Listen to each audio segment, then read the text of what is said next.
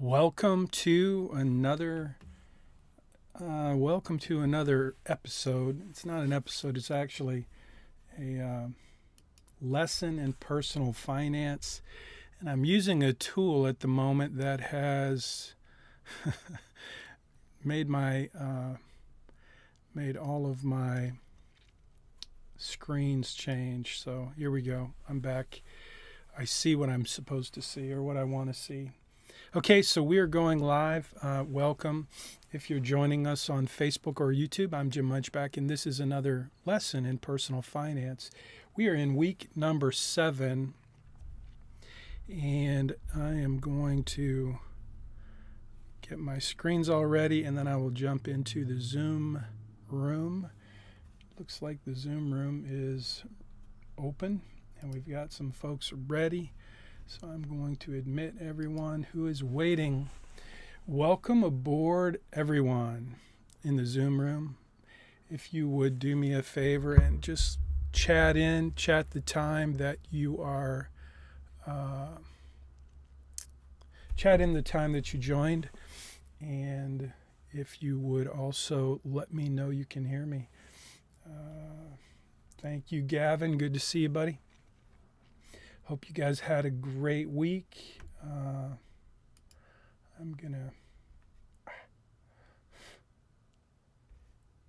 am having a little bit of trouble. It's not really trouble. It's just I've got new tools. Every week I have new technology tools. And when I click on one, it changes my screen configuration. And that kind of freaks me out because I don't have that much screen real estate, so I'm assuming you can hear me. Gavin, can you hear me okay? Everybody, can you hear me? I think I have the right mic. Let me get rid of give me just a minute. Yeah, it looks like I have the right mic. Yep, thank you. Okay, we're going to talk about bargaining and negotiating this week. Your lesson this week, your assignment, I should say, is bargaining and negotiating. So we're going to review the lesson a little bit. And while we're waiting to get started, it is 10:02 a.m., so we're a little bit early. So welcome aboard if you're in the Zoom meeting. Welcome if you're joining us live on Facebook or YouTube. We're live streaming right now. We should be live streaming. If you want to make a note, you can find the video. This video will be posted after the live stream. It will be posted to our playlist for this semester at uhplaylist.com. So that is that. And if you're not already subscribed to the channel, this is my personal channel, and this is where I keep the playlist. So if you like YouTube, if you like watching on YouTube, feel free to hit the like button, subscribe to the channel. You'll get notifications if you hit the little bell, and you will get notifications when I post new videos. So today is Personal Finance Day, Tuesday at the Bauer College of Business, and I want to welcome everyone again. So we're going to talk about bargaining and negotiating here in a minute, but before we do that, we're still a little bit early, but I want to jump in and just kind of review. For those of you who are here, last week was the Credit Crush assignment, and I still have a lot of assignments in my queue to review. So I'm not done yet. So if you didn't get a grade, if you didn't get a score, then I will get to that soon. Right after the market closes today, I'll probably work on grading. Most of you have been doing your assignments early, and I really appreciate that. So keep doing that. I really work hard Friday and over the weekend, really, to jump in and clear out my grading queue. And I start by focusing on the students who submit the assignments early, because I made a promise to you at the beginning of the semester that if you will do your assignment early, then I'll make it my job to review your assignment and give you feedback in time for you to be able to make corrections and to resubmit your assignment by the due date. And if you do that, you still get the extra points, even if you make some errors. So most of you are doing that, and I appreciate it. And so keep doing that.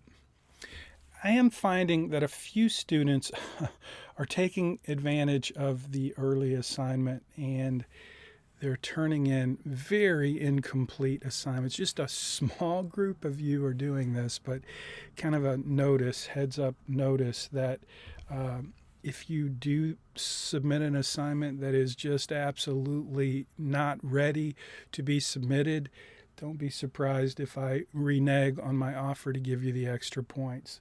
So what I'm finding, there's a couple of kind of new things that are happening this semester, and I want to cover them a little bit as we get started. So before we get started, we're going to do bargaining and negotiating. That's this week's lesson, and I'm going to cover what's in the assignment for you in this week's assignment, how to bargain and negotiate everything. And you're going to be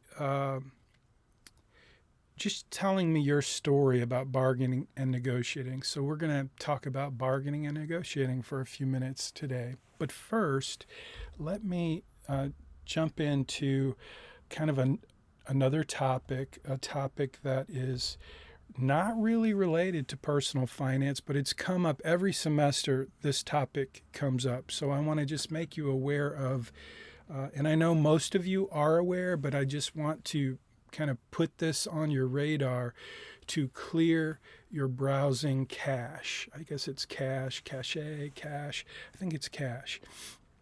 So if you've ever had something not work, when you're online, if you're on a website and it's just not doing what you think it should be doing, something that you know it should be doing. Like, for example, maybe you jump into your financial plan at Right Capital and you're not seeing what you know you should be seeing. You refresh your screen, you refresh your page, you hit the little refresh button in Right Capital where you make changes to your, let's say, for example, your strategy, your investment strategy. So let me just show you this Credit Crush assignment. One of the things you do is you change your strategy. So you're seeing a lot of changes there. The action item, though, you change that.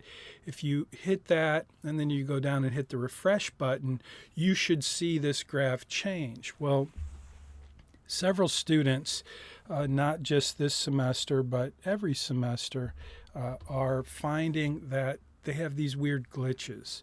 And so I'll get an email, I'll get a text message, I'll get an urgent help me, which, I don't mind those when I can get to them. But the point is, if you have weird things happening online, whether it's in your financial planning portal or at another website, it's kind of like when my phone doesn't work, if I shut it down and reboot it, whatever the problem is will start working.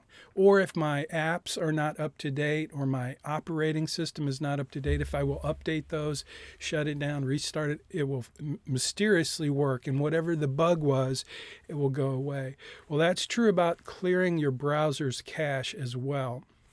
So again, if you're having issues like that, please try clearing your browser cache. And again, I know most of you already know this. You already know that there are lots of reasons to clear your cache in terms of protecting your privacy and security and so on. But it's also just a matter of clearing out the junk that's being stored in your web browser that will make websites act weird and not work. And that's what happened this week with a couple of students in this week's assignment. So that's your cache. Just wanted to mention the cash. Another thing I want to mention, in fact, before I mention it, let me give you this announcement. It's 10:09 a.m., so I try to make this class collaboration, the secret class collaboration element, I try to make that available early on in the lecture so that you have it to think about. So I'm about to do that. I'm about to tell you what this week's class collaboration is. And what it is this week, the secret class collaboration, it's mid-semester, so we're about halfway through the semester. Maybe not quite. But anyway, what I want to do is ask you to check in with me and give me some feedback. And I want to know what's your overall experience with GroupMe. So you may recall at the beginning of the semester, we had a bit of a survey, and I showed you some items, some tools rather, that we could use. And I asked you to tell me which ones you thought would be good. So which ones you liked. So what I did, I posted this to Missional Money, and this is this week's class collaboration. There'll be a link in the video for this post, but this is just a post with some of instead of sending you an email, I just posted this on the website. Lots of ways we could use GroupMe. I want to talk about that for a minute. And then in the same post, there's some optional tools that we could use. And these were not all part of your original survey. So I'll be updating that for next semester. But I just wanted you to give me some feedback this week about GroupMe. Maybe you're not using GroupMe. Maybe it's not your thing. Maybe you just didn't know about it. Maybe, I don't know. But I need to know. I need to know how you're using GroupMe and how it's working for you so that I can make changes if necessary. And so in this post, I'll put it in the video if you want to look closer at the post. I put some possible alternatives for other tools that we might consider in the future with pros and cons. And I also put kind of a list of things that we might do if we continue to use GroupMe. But here's the main thing. Here's the main thing about GroupMe that I want you to tell me this week in your class collaboration. How is it working for you? Okay, I want to know, how is GroupMe working for you? If you're not using it at all, if you never jump into GroupMe, if you don't even know where the GroupMe link is, it's in the syllabus, then just tell me that. But here's the thing. Here's what I need you to know. I need you to know how GroupMe is working for me. And I don't mean like I'm not giving an evaluation for how happy I am with GroupMe. I just want you to know the way that it was set up was for you guys to have a space where you can collaborate, where you can ask questions to one another, and where you can answer questions for one another. And so you can grab those screenshots and include those in your assignments to let me know that you're answering questions for other students. That's awesome. You will probably get extra points for that. Not a lot of extra points because class collaboration is worth 200 points. But GroupMe is a place for us to do that. If it's not the right tool, we can change that. If you're not happy with the way it works, I need to know that. If it's working great for you, awesome. But here's what I need you to know about how it's working for me. I don't go into GroupMe. So I don't jump in and moderate. I don't jump in and answer questions. I don't jump in and post content unless there is a reason. If you're not getting your questions answered in GroupMe, then I will do whatever it takes to get your questions answered, and I'll go into GroupMe. But as you know, like Gavin, for example, has jumped into GroupMe, which, by the way, Gavin, would you jump into GroupMe real quick and just see if there's any questions about the link for the Zoom? Just want to make sure we don't have a bunch of folks like we did a couple weeks ago that couldn't find the right link. But so that's what I've been doing, is asking you to post in GroupMe. So for example, I get lots of questions every week. Most of the questions I get are questions that I've gotten over and over and over. And most of those questions I've already answered somewhere. In fact, specifically, most of the questions are answered in the Zoom meeting. So students who aren't watching the Zoom meetings don't know the answers, and a lot of times they reach out to me via email, text message, even phone calls. And that's great. Thank you, Gavin. I appreciate that update on the link. Everything's good. No questions in GroupMe. I appreciate that. So the questions that I get via email and text message, I do my best to try to answer your questions.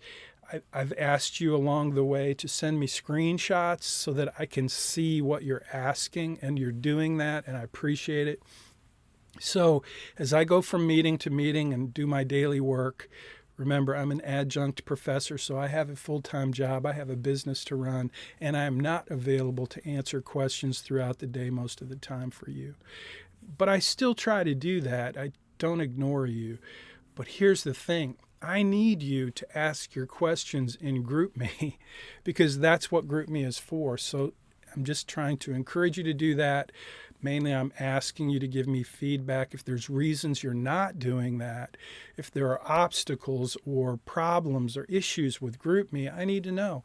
And we can find another solution, a better solution for that purpose. But the idea for GroupMe was and is to have a place for you to get your questions answered in real time right away. And so some students are really generous with their time, and they're active and they're answering questions, and they get notifications in GroupMe, and I appreciate you and thank you for that. And those of you who aren't using GroupMe, if you didn't know that, then hopefully it'll give you a reason to try GroupMe. And I will try to answer your questions, but my mode of operation is and will continue to be, if you send me a question, I'm going to ask you, did you jump into GroupMe and ask that question yet? And if you did you get an answer? And if you didn't get an answer, then I want to know and I want to help. And I promise you I'll get you an answer. But first, start with GroupMe, please. And give students who are there, generous with their time, ready to give you an answer, give them an opportunity to experience helping you out and grabbing a screenshot and throwing it in their assignment for potentially extra points. So again, that's just kind of a notification, but it is this week's class collaboration. I need to know how you are using GroupMe, how it's working for you, what issues you might see, and what things you might want to change. So sorry to spend so much time on GroupMe, but that is the class collaboration for this week. So now we're going to jump into, I think that's it. We talked about cache, clearing your cache. I don't see any questions, so I'm assuming you don't have any questions. Based on my review of your assignments, you guys really understood the assignment last week, which was the Credit Crush, which is one of my favorite assignments. From a financial planning perspective, the Credit Crush assignment, it's really two assignments. We do the setup, which just gets everything ready, and then last week we did the actual assignment, and you guys really get it. The Credit Crush assignment is one of my favorites from a financial planning perspective. I talk to people every day. I talked to a client yesterday who told me that they make really good money and they're in great shape for retirement. But she told me that she was looking at her, just a few of her accounts, credit cards and whatnot. And she told me these words. She used these words like 3 times in our conversation. She told me that she was scared, afraid to realize that she did not know where all her money was going. And part of that was credit card fees and some other things. Again, really high income and yet not sure where the money's going. So we're going to work on that plan. But for you in the Credit Crush assignment, and for anyone who's trying to figure out where's all the money going, a great place to start is to work on these debt strategies, to take all of your accounts, link them, because you have to link them to get the correct data. And then from there, do a little debt strategy. Just select a strategy that can give you much, much better outcomes. And you guys got to see, like, if you look at the screen, this is Billy. He's our class avatar, and he's got some redonkulous amounts of debt. And so a lot of you are having the same issue, and we'll talk about it over and over, the issue of having a huge number of savings. So in Billy's case, you can see here as we bounce through this, $831 million in savings, which is really a weird number. But the point is, if you have really small payments and you have a balance and you're paying the minimum, the credit card industry is whacking you with this increase of balance. Your balance keeps going up. Interest on the balance keeps going up as well. And the payment that you're making is small, so you're never eliminating the balance in your credit card or your credit accounts. And so that's the whole point of the Credit Crush assignment. And it's a pretty important lesson in personal finance, not just for you, but for regular people who are trying to figure out where is the money going. It's like a first step. So I hope that helps. It's a very important part of the semester and the course, and I appreciate you guys kind of paying attention to that. So this is I'm going to jump into... This is the post. So in the video, there's always a link to a post that I'm talking about. So if you want to see that, this is the one. So what you're going to do this week, I'm going to review your assignment now. What you're going to do this week is really just tell me about your experience with bargaining and negotiating. I've given you a little bit of kind of ideas for how bargaining and negotiating can help you. And I want to start kind of just... And this is just basic information. There's nothing outrageously insightful there at all. You could easily do a Google search or ChatGTP and find out everything that's in this post about bargaining and negotiating. But here's the thing you won't discover. ChatGTP can never help you understand you. So one of my favorite things to do is to ask ChatGTP 3 words: teach me about. If you haven't played with artificial intelligence, we've had it around the University of Houston for many, many years. We use it to check to see if you're cheating. We have tools to check to see if you're using AI in your assignments. And so it's one of the policies we have about AI, but it's fascinating to me. It really is. It's the way that it's expanded and become way more accessible in so many ways. So I've been playing with ChatGTP with those 3 words: teach me about, and fill in the blank. And it's amazing how much information. It's not like hugely, it's just basic information, but it's usually pretty accurate. And I asked ChatGTP to teach me about things that I already know about, that I'm an expert in, so I get to see how accurate it is and how relevant it is. And I got to tell you, it's a little scary. It's pretty impressive. It's way better than a Google search, is what I'm trying to say. It's way more efficient. So anyway, I did that. Teach me about bargaining and negotiating. I did it a few minutes ago, and this is what ChatGTP gave me. And it was, a lot of this stuff is what I've been talking about for many years in this course. But anyway, you get that for free. It's maybe just not that important, but it is something to help you think about bargaining and negotiating. And so one of the things you're going to do this week is you're going to watch this video with Ramit Sethi. I met Ramit years ago in a conference called FinCon, Financial Conference. It's a gathering. I think they still meet. I'm not active, but it was a great place for people who were publishing financial content to come together, share ideas, and collaborate. And it was a lot of fun. And I got to meet Ramit years ago. He's a super guy, very generous with his ideas. This is way back before we had the internet, but we didn't have tools like ChatGTP. So he did a lot more work than we have to do today to create really good quality content. And I want you to watch this interview with Ramit about how to negotiate your salary or your promotion. It's just a great, I think, a great video to help you kind of wrap your mind around the value, the importance of bargaining and negotiating. And he'll also, give you a few skills. In the same post here, I have somewhere in there, I have my 7 favorites. And these are just 7 things that over time I came to believe are pretty much the top 7 things I would encourage you to do in the context of learning how to bargain and negotiate. And then the first one on my list is to bargain and negotiate everything. So I want to talk about that for just a minute. I'm not going to spend a lot of time on these because they're right there. I'll just mention them. But really what I want you to do this week in this assignment is I want to know about your experience with bargaining and negotiating. I want to know, who do you know? What person in your life is the person you think of as that person is a really good negotiator? That person is someone I wish I could bargain and negotiate like they do. And so I'm just asking you to share your experience. But here's the thing.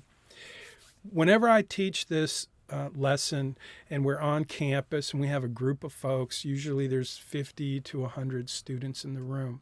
And I start out by just kind of posing this imaginary question, which I want to pose an imaginary question to you. And the question is, how much on an annual basis, how much in terms of a percentage, how much would you be able to move the needle on your financial life if you chose to bargain and negotiate everything? So in order to do this, in order to kind of play with this imaginary question, what I will do is I would ask the question, tell me, how do you feel about bargaining and negotiating? On a scale of 1 to 10, 1 being I hate it, I'm afraid of it, it intimidates me, I don't like it, it's uncomfortable. My wife, Connie, I don't have her picture handy. My wife, Connie, though, she doesn't really love to bargain and negotiate. So if I come over here, I think I can get Connie. No, I'm not seeing Connie. I thought I'd give you a picture of Connie just for fun, but I'm not going to do that. Got to get back where I was. So I just want you to think about that. Think about, I just hit my think button and the thinking guy isn't there. There he goes. Think about it. What would it, how much difference would it make in your life? And, use a percentage. Let's assume everybody is making the same amount of money. We all make $100,000 a year. And the people on the left side of the room, that would be my wife, Connie, and you, if you said on a scale of 1 to 10, it's awkward, I don't like it, it's uncomfortable, I'm not very good at it, then you would be on this side of the room, the left side of the room. But if you're like Dave Ramsey, and if you haven't watched Dave Ramsey talk about bargaining and negotiating, it's probably his favorite topic. So for years and years, we used Dave Ramsey's content, college content, for this course, and so I got to watch it over and over and over. But my favorite part of Dave Ramsey's teachings in the context of college students is his content around bargaining and negotiating. The dude loves to bargain and negotiate. He's got some ideas that I think are a little bit outdated. In fact, that's why we moved on from his content. It was a little outdated. But like, for one thing, Dave says cash is king. And I think in my list, I do say cash is king. But maybe not like cash used to be king. That's kind of the deal. But here's what I say. Purchasing power, the fact that you walk into a negotiation and you have the money, is really powerful. In Dave's context, Dave Ramsey would talk about it as you've got the greenbacks that you can lay down, and that's going to move the needle in the negotiation. So, for example, he tells a story about going into buy a new dryer, or maybe it's a washer and dryer, and you can watch his videos online. They're still out there. But he talks about how he's able to go and put that money down and get a super good bare bones deal and negotiate the dog out of this deal by using cash. And 20, 30, 40 years ago, that was true. But today, if you walk into like Best Buy and you say, I've got cash, I want to make a deal on that TV or that computer or that washing machine or whatever, they're going to look at you and go, no, ain't happening. But the truth is, if you're in a big negotiation for a big ticket item and you've got the money to pay for it, like I just bought an RV not that long ago, another RV, and the fact that I had the money, in fact, I bought a motorcycle for myself for Christmas, a KLR 650. It's a great bike. And I just started calling dealers. I said, I've got the cash. I want to come pick the bike up. Here's how much I'll give you for it. And if you're not interested, just let me know. But please take my name and number. And if you keep it on the lot through the end of the year, which is a pretty significant thing for a car or a motorcycle or an RV, if they have inventory on the lot at the end of the month, at the end of the quarter, at the end of the year, they want to get that inventory off their lot because they're having to pay a carry cost for that, and they want to bring new stuff on their lot. So they're going to make a deal. They may not be ready to make a deal today. In fact, the dealers I talked to when I wanted to buy a KLR 650, it was before Christmas, and they weren't really making super deals. So I just told them, look, I'm going to pay this much for this bike, for this year model, with these features. This is how much I'm going to pay. And I just wanted to let you know, if you have one that you want to sell for that price, I'll come pick it up today and give you cash. And so that's what I did. And I just kept calling dealers who had that product available for different prices. I said, I'm going to walk out the door with this price. I'm not going to pay an additional tax, fee, documents, none of that. Just, I want to be very clear, so let me know. And after the third call, I found a dealer that's like, okay, come pick it up. I got in my truck. I went and picked it up that day, and I paid exactly what I wanted to pay for it.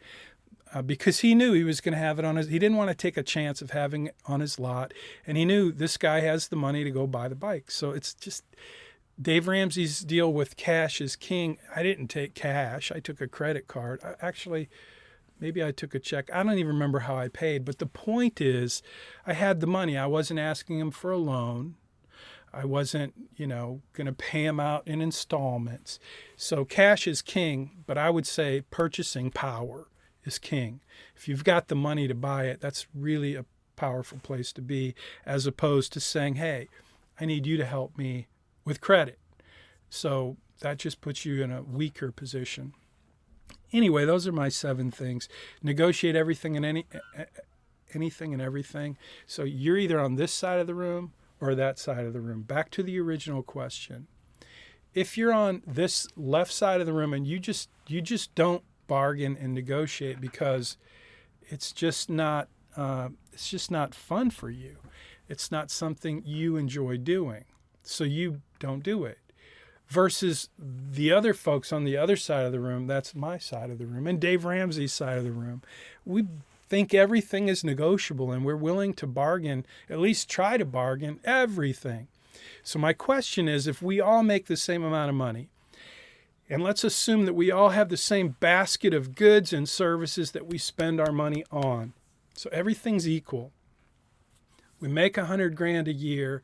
Let's say we spend $80,000 a year and we save 20% of it. We're good stewards of our money. But here's the thing. The people on the left side of the room, they're spending $80,000 getting the same basket of goods. The people on the right side of the room, those who bargain and negotiate everything, the $80,000 that they spend out of their $100,000 income, do you think they do better or the same?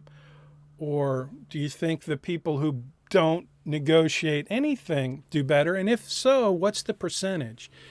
Again, it's just an imaginary question, but tell me, what percentage difference do you think someone would have if they bargain and negotiate for everything that they buy? What percentage? 10%? 20%? Do you think a person who makes $100,000 and bargains and negotiates everything in their life could save $10,000 a year on their rent, on their car, on their insurance, on their internet, on you name it, whatever it is we're buying? How much money, percentage-wise, do you think you could save if you decided to bargain and negotiate everything? I'm looking for a percentage. I'm looking in the chat and I'm not seeing it. So come on, guys, in the Zoom meeting, pop that into the chat. What percentage do you think it would make a difference in 1 year for someone who decides they're going to learn the skills to bargain and negotiate everything? Their raise, their pay, their benefits, their car, their house, their internet. Did I say internet? Their phone services. So what do you think? Okay, I'm looking and I'm not seeing any comments, which makes me always wonder, are you guys there? Are you listening? Gavin, I know you're there because you're always there, and I appreciate that. What about the rest of you? Lainey, Mavie, Greg, anyone else and if you're watching on Facebook or YouTube, now is the time for you to pop a percentage in there. It makes me wonder if it's not clear what I'm asking. I'm asking for you to consider, to think about, tell me what is the difference between not bargaining, not negotiating anything versus someone who bargains and negotiates everything. So here's a little story. I have a friend, her name is Debbie. She negotiates everything. It's a little annoying, actually. She's brutal too. She's brutal. She's really good at it though. I mean, and I'm not putting her down. I'm just saying she's like off the scale, bargain and negotiate everything.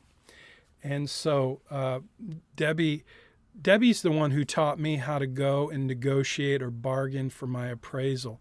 If you own a home and you pay property taxes, I live in Friendswood, and every year since I've lived here, since the year 2000, I moved here in July of 2000, every year the value of my property has gone up according to the appraisal district, every year.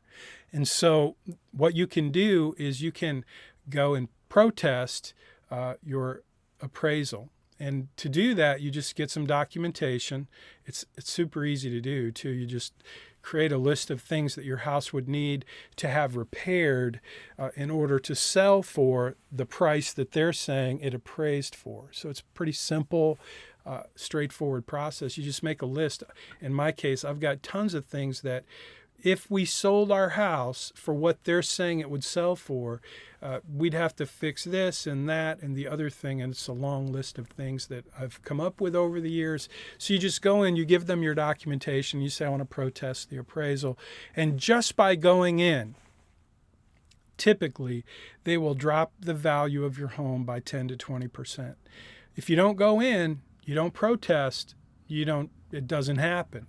The value goes up and up. And the thing is, and this is what Debbie taught me, Debbie, the person who negotiates everything, she taught me that if you don't go and protest every year when it goes up, you can never go back and protest for previous years. You have to do it every year. And every year that you do it, you can prevent it from going up so much, but you can never go back and have it go down. So she does it every year, and I started doing it every year. Every once in a while I forget to do it, and then I kick myself because I know I missed the opportunity to contest it for that year. So that's just one example. By the way, in doing that, I save between $1,000 and $1,500 on my annual taxes. So let me ask you again. If we all made the same amount of money, $100,000, and we all purchased the same things, products and services, do you have a clue? Do you think, is there a number that comes to mind that you would say the people who bargain and negotiate everything like Debbie are going to be 10% better off? Are they going to save 10% overall in everything they spend? Are they going to save 5%? What do you think? What percentage do you think they're going to be better off? So that's the question. And I don't see any answers. So I'm thinking either I'm not live, or maybe I'm froze up. Maybe my Zoom is froze up. That happens every once in a while, right? Even though I have like 5,000 megabytes of download speed. I'm sitting here wondering why I'm not seeing any chat in the Zoom. I'm going to say it again. Gavin, are you there? I'm going to put a anyone listening? Okay, thanks. I see 5. Gavin, thank you. I appreciate that, Gavin. You're like the only one there. Everyone else, I think, maybe watching Netflix. I don't know. But let's just check something. Just for fun, I'm going to jump into Netflix, and I'm going to see what's going on with Netflix. Because Netflix has just been on a rip. That's a one-day chart. So anyway, just curious. I think that's where everybody is. They're on Netflix. That could be. But thank you, Gavin. I did freeze on you. That makes me happy, Lanny, because by freezing on you, that means that there's a reason why nobody's answering. So I don't know why I froze. I don't think I froze. Maybe you froze, but I'm not sure. I'll know when I get done. I'll get the data for this live stream. So I think you're right, Gavin, between 5 to 10%. That's pretty much what I always say. If you decide you're going to bargain and negotiate everything, chances are you're going to be 5 or 10% ahead. So let's just take the 10% and assume, again, you're making $100,000, you spend $80 grand on all the products and services, including, the entertainment and whatever, your motorcycle, your RV, your boat, your car, everything, your internet, your phone, you name it. You spend $80 grand a year. That's not unreasonable once you start making a decent amount of money. You're saving 20% and spending the rest. That's not a bad plan. That's how I built my wealth. I saved first and then I spent everything else. But I tried to bargain and negotiate everything. So let's say 80 grand a year. If you're saving 10%, that's how much? If you're spending 80 grand a year and you're saving 10%, how much are you saving? Yeah, $8,000 a year. So what happens after 10 years of doing that? You've saved $80,000. So is it worth it to you? And who knows, that may not be the right percentage, but I promise you, if you have someone in your life like my friend Debbie, who you just kind of watch and think about how they operate in terms of how much money they save when they decide that it's worth taking a chance to try to bargain or negotiate whatever it is they're buying, you'll find that it moves the needle. And so that's what I want you to think about this week, because I know there are a lot of people on that side of the room who just do not bargain, do not negotiate, because it's awkward. It's not fun. And I'm telling you, if you learn just a few basic skills, starting with the idea that everything's negotiable. And I know that's not true. Not everything is negotiable. Okay, I know that. But most things are. And if your mindset is everything's negotiable, you're going to try to bargain and negotiate on everything. And if your mindset is, I'm just not going to do it, you're not going to do it. And if you don't do it versus the person who always tries to do it, it's going to be a significant difference in terms of outcomes. That's why this is bargaining and negotiating is part of this semester of personal finance. So this week, the assignment is very simple. I just want to know, how are you feeling? What are you doing? What is your approach to bargaining and negotiating? And that's hopefully going to help you.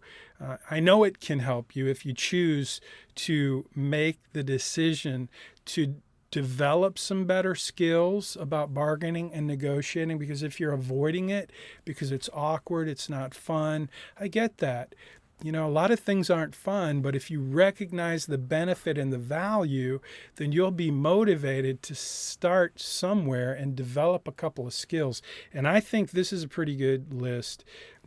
Just change your mindset and think, okay, yeah, things are negotiable. And then don't forget to exercise your walkaway muscle, because everyone watching this live stream right now, every single person watching this there's something you want to buy. There's something, a big ticket item that you want. And so the more you want it, the more you have to have it. The worse off you're going to be in a bargaining situation or a negotiation. So you have to be willing to walk away from the deal. And you need to be willing to communicate that in a convincing way. And then you have more power in the negotiation. Again, think about the way that I did that motorcycle deal. My KLR 650 is a great motorcycle, but there are a bunch of them out there, and there was no specific one that I had to have. And so it was easy for me to communicate that to the dealers because it was true, and it was totally true. But if you fall in love with that puppy dog and you have to have it, and the other person is a half-decent negotiator, they're going to recognize that. So you got to exercise that walkaway muscle. You got to practice this, kind of the same thing maybe, but practice the daily discipline of being patient. So again, my motorcycle story, I wanted that motorcycle. I had some things I really wanted to do. It was a great time of year to be on a motorcycle. It's kind of a dirt bike, road bike, and I wanted to be riding it, but I had to practice the discipline of being patient because I knew that I would get a better deal, and I knew that over the long run that was important to me.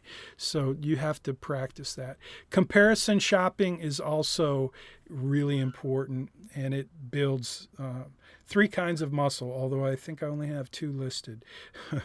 But you know how comparison shopping works. If you don't know what's out there and you can't compare this product and that product and this price versus that price, and if you don't know what features. So for example, when I bought my KLR 650, they redesigned that bike in 2022. So 22 and 23, those 2 years are pretty much the same. Everything before that was very different. The machine was very different. The upgrades they did in 2022 were pretty significant. Like they gave it fuel injection. They gave it a better suspension. What else did they do? A couple of things, but those 2 things by themselves made it a much better machine. It was already an awesome bike. I think dollar for dollar, pound for pound, KLR 650 is the best motorcycle ever built. And I paid $6,500 for mine. But here's the thing. I paid $6,500, which was a decent price. That was walkout, no tax, that was everything included. And that was a decent price. I could have got a better price. I could have gotten a lower price. But I got a beautiful bike, for $6,500. But here's the thing. I honestly thought I was getting one of the things they added was ABS, anti-lock brake system. And if you're on a motorcycle and you're on the road, my bike, it'll do 70, 80 miles an hour. It's kind of vibrating like crazy when you do that. But if you're doing that fast on the road and you hit the brake, you want to have anti-lock brake system on a motorcycle. That didn't even exist until 2022, ABS. So when I bought my KLR 650, I thought I was getting ABS. Turns out that wasn't a feature on my bike. So I thought I was getting a better deal than I was getting. Now when I hit my brake doing 70 miles an hour on a road, it locks up the back wheel pretty quick. So I'm stuck with a bike that can lock up the back wheel pretty quick. if I would have paid attention and done a little better job of comparison shopping, I would have been able to make sure that I had the right features and benefits on the machine that I was buying. So don't make the same mistake I made. We already talked about cash is king. Here's a good one. Silence is golden, so shut up. If you're ever in a negotiation, one of the things Dave Ramsey says is, that's not good enough. So if you're, they tell you the price for that motorcycle or that car or whatever, you just respond by saying, you know what, that's just not good enough. And then you be quiet. And that silence, that pregnant pause, has a pretty impactful, it can impact that negotiation pretty significantly. So try that. It's a simple skill. It's worth trying. And I want to encourage you, again, to develop some basic skills and just do that. Timing is everything, especially when you're talking about a car, anything that sits on a lot in terms of inventory, big time. Timing matters. So just know that. Know that you have the advantage if you understand that this vehicle that you're trying to buy has been on the lot for a long time. Now, if you have to have it and it just got on the lot yesterday and you absolutely have to have it, good luck. You're going to pay more for that. And the dealers are looking for you. They want to meet you because you will pay more than I will pay. Because I don't have to have the hottest, newest, the one that just came on the lot because it's new. Like, I don't have to have that.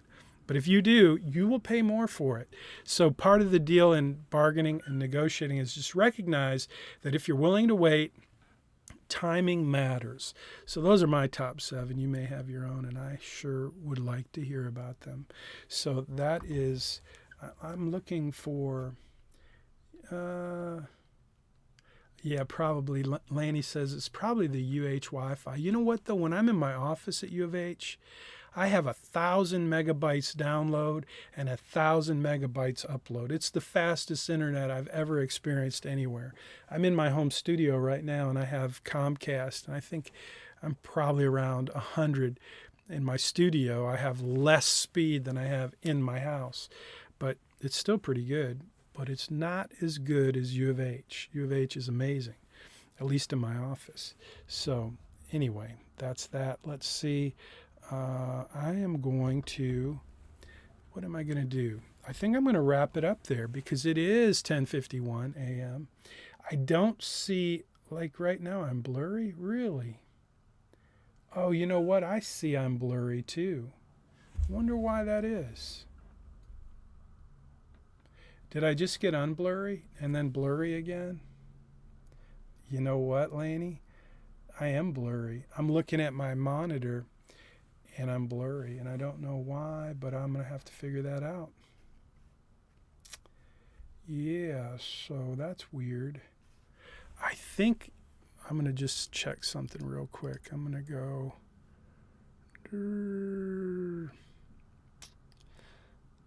Yeah, I don't know why, but I'll figure that out between now and next week. I apologize for that. The blurriness, that's not good. Okay, any questions? It may be the camera reacting, Gavin, but I'm noticing that it's blurry, like the logo for University of Houston is blurry too. And Money Study Group, if you look at the logo there, that's blurry too, which is weird. It usually doesn't happen. I think, you know what I think it is? I think it's my MacBook is somehow interfacing with my whole, it's blurry, clear, then blurry again. Well, I'm sorry for that. I know you can't see my facial expression, but let me just tell you, I'm very sorry for that, and I will get it fixed. It looks like maybe I'm not blurry when I expand my face, or if I go to a different camera, maybe I'm not blurry. I am blurry there, so I'm going to just say goodbye for now. Sorry about the blurriness. I'll get that figured out. And if you have any questions, feel free to pop them into the chat right now. If you have any questions on YouTube or Facebook, feel free to leave a comment and I will do my best to get back to you. But if you're a student in the course and you have a question, I would encourage you to jump into GroupMe and ask your question there. And if you don't get an answer in GroupMe, then please feel free to shoot me a text message or an email, and I promise I'll get you an answer. So again, this week's lesson, or assignment rather, it's a really easy assignment. It just is an opportunity for you to consider what it would look like in your life and your future if you decide to bargain and negotiate everything. And you're going to get a little help from my friend Ramit Sethi, who's going to have a conversation about bargaining and negotiating your salary and your next promotion. So that's a very helpful interview. I hope you enjoy it, and I hope you have a great week. And I don't see any questions, so I'm going to end my blurry presentation and try to fix it. So y'all have a great week ahead. Take care.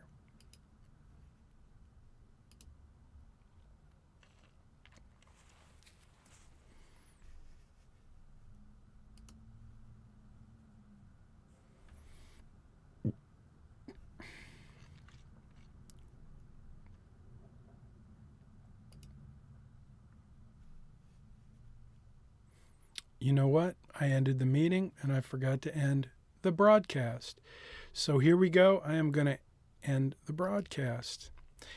Again, if you're watching on Facebook or YouTube, thank you. Hit the like button. Don't forget, you can hit the subscribe button right there and get notified when I do another video.